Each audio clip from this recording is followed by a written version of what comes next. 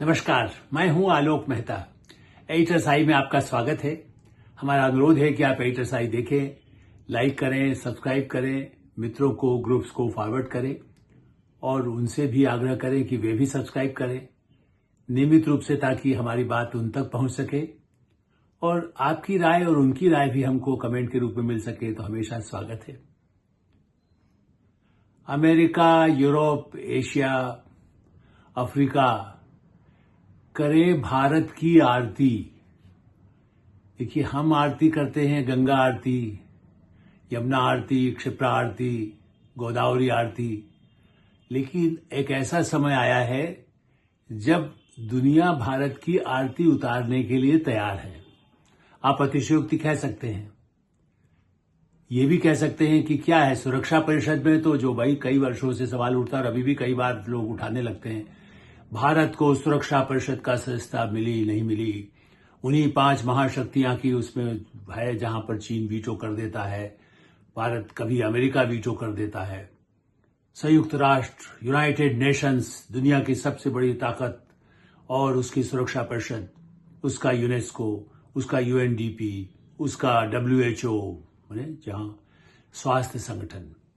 लेकिन दुनिया बदल रही है, ये भी समझिए। कहां संयुक्त राष्ट्र परिषद क्या करती है, कितने युद्ध रोक लिए, वियतनाम पर वर्षों तक अमेरिका ने बमबारी किया, युद्ध रोका क्या, संयुक्त राष्ट्र रोक पाया? सुरक्षा परिषद क्या खाड़ी के रोक पाई? क्या इजराइल हाल में जो घटनाएं हुई गाजा में, उसके बाद फिलिस्तीन के साथ, क्या उसकी तरह आप ये देखिए कि रूस यूक्रेन के साथ अभी वर्षों से युद्ध चलता रहा, क्या सुरक्षा परिषद कुछ उंगली दिखा सका? अंगूठा छोड़िए, खाली हम सैंक्शन लगवा देंगे, हम ये कर देंगे, उतना तो नहीं कर सका। मैं उनकी अवमानना नहीं कर रहा हूं, मेरा मतलब है उन संगठनों का जो महत्ता रही है। ठीक है, सुरक्षा परिषद की सदस्यता अभी भी हम उसके लिए, चूंकि एक मान्यता प्राप्त संगठन है और दुनिया में उसकी एक अपनी पुरानी एक, जिसको कह सकते हैं, प्रतिष्ठा, कम से कम दस्तखत पर करके तो लोग मानते हैं कि हाँ, हमें उन बातों को सुनना है, समझना है। पर्यावरण का मुद्दा भी लीजिए तो भारत, लेकिन जैसे ही डोनाल्ड ट्रंप राष्ट्रपति बने, उन्होंने कहा ठीक है, हम पेरिस समझौते से हम विड्रॉ कर रहे हैं। तो कई बार ऐसे अंतर्राष्ट्रीय संगठनों की सदस्यता होते हुए भी जो ताकतवर देश हैं वो उसकी अनदेखी कर सकते हैं।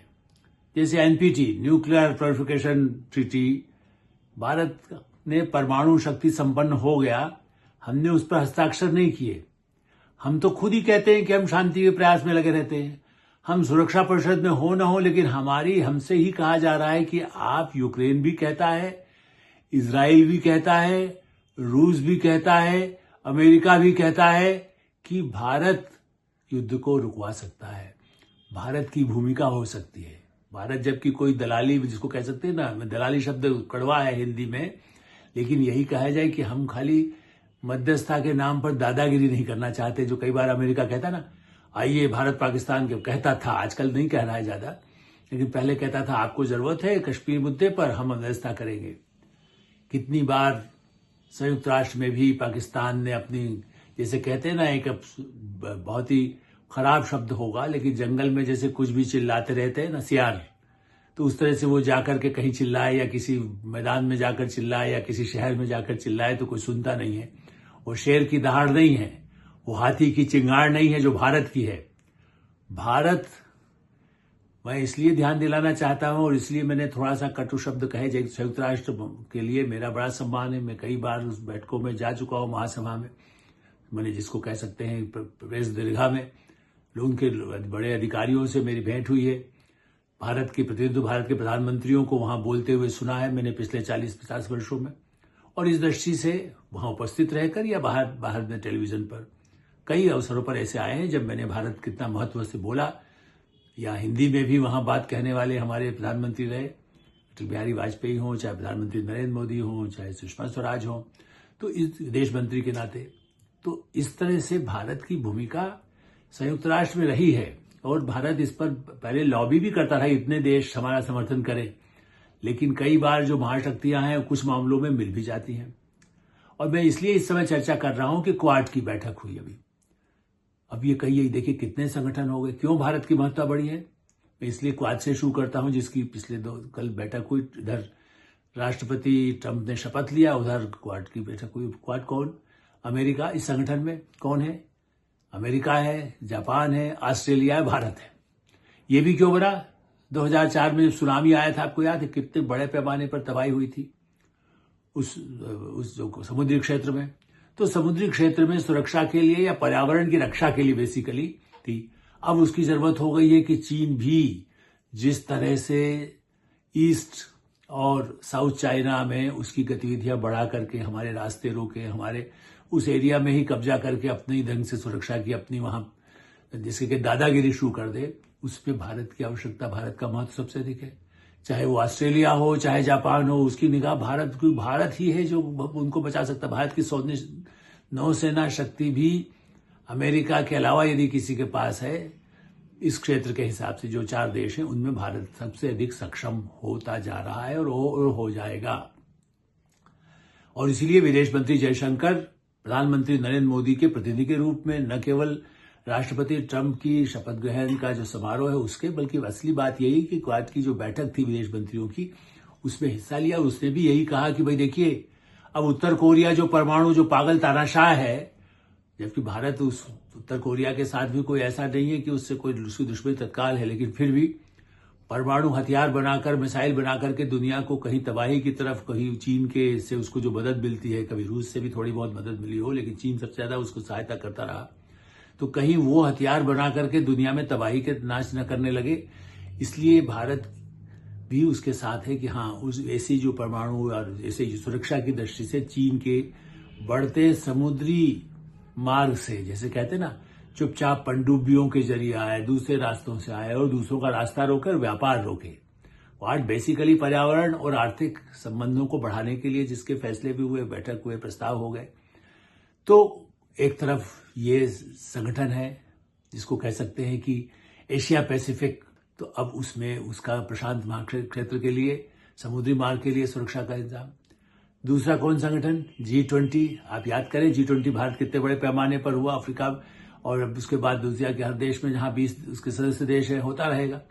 लेकिन उसमें भारत की भूमिका कितनी अहम हो गई। भारत ने अफ्रीका में भी उसको जोड़ लिया, भारत ने ही की अध्यक्षता में ऐसा हुआ, और ऐतिहासिक शिखर सम्मेलन भारत में हुआ। सारे राष्ट्रपति, प्रधानमंत्री भारत आए, 20 देशों के, जो दुनिया के सबसे शक्तिशाली देश है। इसके बाद यही नहीं है, भारत की आवश्यकता G7 में भी हो गई, वहां भी उसको अतिथि के रूप में बुलाया जाएगा। G5 होगा तो वो भी भारत की राय करना चाहिए। बस G ग्रुप, तो 5 महाशक्तियां, चीन के साथ भी हमें, ब्रिक्स एक और संस्था है जिसमें ब्राजील भी है, लातिन अमेरिका का देश भी है, अफ्रीका भी है, एशिया भी है, भारत भी है। तो ऐसी दृष्टि से ये संगठन होने के बाद संयुक्त राष्ट्र के लिए और सुरक्षा परिषद की कितनी जरूरत है। आर्थिक मामलों में यदि सशक्त होंगे, भारत सशक्त होगा, या अमेरिका जब सशक्त रहा और चीन भी जब सशक्त है, तब कौन साथ देता है, किस लिए आपका साथ देता है? चूंकि आपके पास आर्थिक संसाधन है, आपके पास आर्थिक शक्ति है, आपके पास उद्योग है। तो वहां बमबारी जब उनका इन्वेस्टमेंट किया होगा, अमेरिका में चीन का अरबों का इन्वेस्टमेंट है और चीन में अमेरिका का अरबों रुपए का इन्वेस्टमेंट है, अरबों डॉलर्स का इन्वेस्टमेंट है। ऐसी स्थिति में एक दूसरे पर वो हमला नहीं करते, हाँ दूसरे हमला करें ताकि डिफेंस फैक्ट्री चले। तो भारत क्या कहता है? सुरक्षा की टेक्नोलॉजी, सुरक्षा जो हथियारों की टेक्नोलॉजी आप हमको दीजिए, हम यहाँ पर निर्माण, हमारे यहाँ पहले से भी कुछ स्वनिर्मित बहुत सारे अब तो सब बनाने लगे हैं, हम लड़ाकू विमान भी बनाने लगे हैं। साइंस में हमारी तरक्की, अंतरिक्ष पे पहुंचने की क्षमता हो गई है, हमारे पास उपग्रह की क्षमता हो गई है। तो हम, ऐसा नहीं है कि कोई आपसे दया मांग रहे हैं। सुपर कंप्यूटर तो ठीक है, अमेरिका एक समय नहीं देने को तैयार था, तब तो हम सब हर तरह से सक्षम हो रहे हैं। और इसलिए, लेकिन हाँ, फिर भी हमें आवश्यकता है, सहयोग की भी आवश्यकता है। हम कोई अकेले चलो दुनिया में नहीं, विश्व बंधुत्व का नारा भारत का है। तो संयुक्त राष्ट्र की औपचारिकता, जैसे कह सकते हैं, जो उसकी भूमिका है वो बनी रहे। और सबसे भूमिका किसकी खत्म हो गई? कॉमनवेल्थ। और मैं जिसकी कॉमनवेल्थ का संगठन रहा है, राष्ट्रमंडल देशों का, जब महारानी एलिजाबेथ के नाम पर अब तो किंग आ गए, किंग चार्ल्स भी हो गए, पहले एलिजाबेथ जिस तरह से रही, तो महारानी के नेतृत्व वाले जिन जिन देशों में उनका प्रभुत्व रहा था, उनका संगठन था। लेकिन वो औपचारिकता ठीक है। भारत पुराने कड़वे बातों भी भुला देता है, अच्छे बातों को याद रख करके रिश्ते यदि उन देशों के साथ, कम से कम अफ्रीका के साथ आजादी दिलाने में हमारी भूमिका रही है, महात्मा गांधी ने वहीं से तलक जगाई। और प्रधानमंत्री नरेंद्र मोदी ने पिछले 10 वर्षों में यही तो सबसे बड़ा काम किया है। अफ्रीका हो, लातिन अमेरिका हो, खाड़ी के देश हो, पश्चिम एशिया के देश हो, पूर्वी एशिया के देश हो, और भारत के एक और संगठन संदर्भ में फिर याद आता है, सार्क। सार्क कौन सा? दक्षिण एशिया देशों का संगठन। उसका भी दिल्ली, भारत ने ही उसका प्रयास किया था कि हमारे पड़ोसी देशों के लिए एक संगठन हो। भारत है ही, भूटान है ही, नेपाल है ही, श्रीलंका है ही, और पाकिस्तान, बांग्लादेश। अब पाकिस्तान तो अब सार्क बैठक क्या करे भाई? ये दक्षिण एशिया के संगठन में जब वो हमेशा आतंकवाद करता रहे, आतंकवादी भेजता रहे, भारत के खिलाफ आतंकवादी हमला करता रहे, और फिर कहे बैठक में आप हमारे आ जाइए, ठीक है, विदेश मंत्री जाने को फिर भी चले जाए, लेकिन उसकी वहां पर जो शांति और सौहार्द की बातें होती है, क्या उसका कोई असर पाकिस्तान पर आतंकवाद गतिविधियां पूरी तरह बंद करने में हुआ? क्या उसने अपने आतंकवादी अड्डे बंद किए? बल्कि बांग्लादेश में भी बिगाड़ने में जो विदेशी शक्तियां हैं, खाली पाकिस्तान ही नहीं, दूसरी ताकतें भी जो रही हैं, चाहे वो चीन रहा हो, चाहे अमेरिका रहा हो, वहां जो अस्थिरता पैदा हुई और वो कठपुतली यूनिस ने सत्ता संभाल ली, शेख हसीना को भारत आना पड़ा। जबकि भारत, याद करिए मुजीबुर रहमान को, जिस तरह से आजादी बांग्लादेश को दिलाने में भारत की भूमिका रही, उसके बाद बांग्लादेश एक तरफ घुसपैठ करके या वहां से लोगों को परेशान करके, उनके ऊपर जुल्म करके जो भारत आ जाते हैं, या घुसपैठ करने के लिए उसको जितना रोकना चाहिए रोहिंग्या को नहीं रोका, और भारत विरोधी ही बातें करके भारत के जो सबसे मित्र हो सकती हैं शेख हसीना, उनको भी हत्या करने का प्रयास जब तैयारी कर ली थी, तब भारत ने उन्हें बचाकर अपने यहां शरण दी है। वो दुनिया में कहीं भी शरण ले सकती थी, लेकिन भारत सबसे सुरक्षित है, चूंकि असली उनका अधिकार है, उनका जन समर्थन वहां भी है।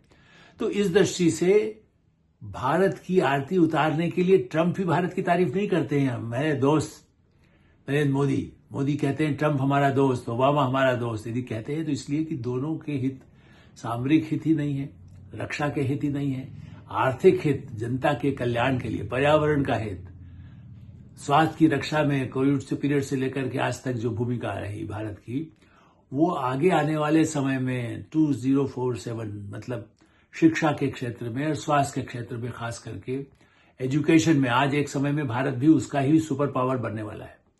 आप देखिए जिस तरह से यूनिवर्सिटीज एक से एक इंटरनेशनल लेवल पर जो बन रही हैं, और आगे जो बनने जा रही, जो बनेगी, जिनका धीरे धीरे विदेशी विश्वविद्यालय भारत के साथ किसी की संगठन के साथ जुड़ करके आने की कोशिश में है, कि समय आएगा जब हो सकता है कि उनको पूरा ही यहाँ पर खोलने की अनुमति मिल जाए, क्योंकि हमारा पैसा इतना, विदेश छात्र जब जाते हैं तो अमेरिका की इकोनॉमी, ब्रिटेन की इकोनॉमी, ऑस्ट्रेलिया की इकोनॉमी, कनाडा की इकोनॉमी में भारत की भूमिका हमारे छात्रों के वहां जाने से भी होती है।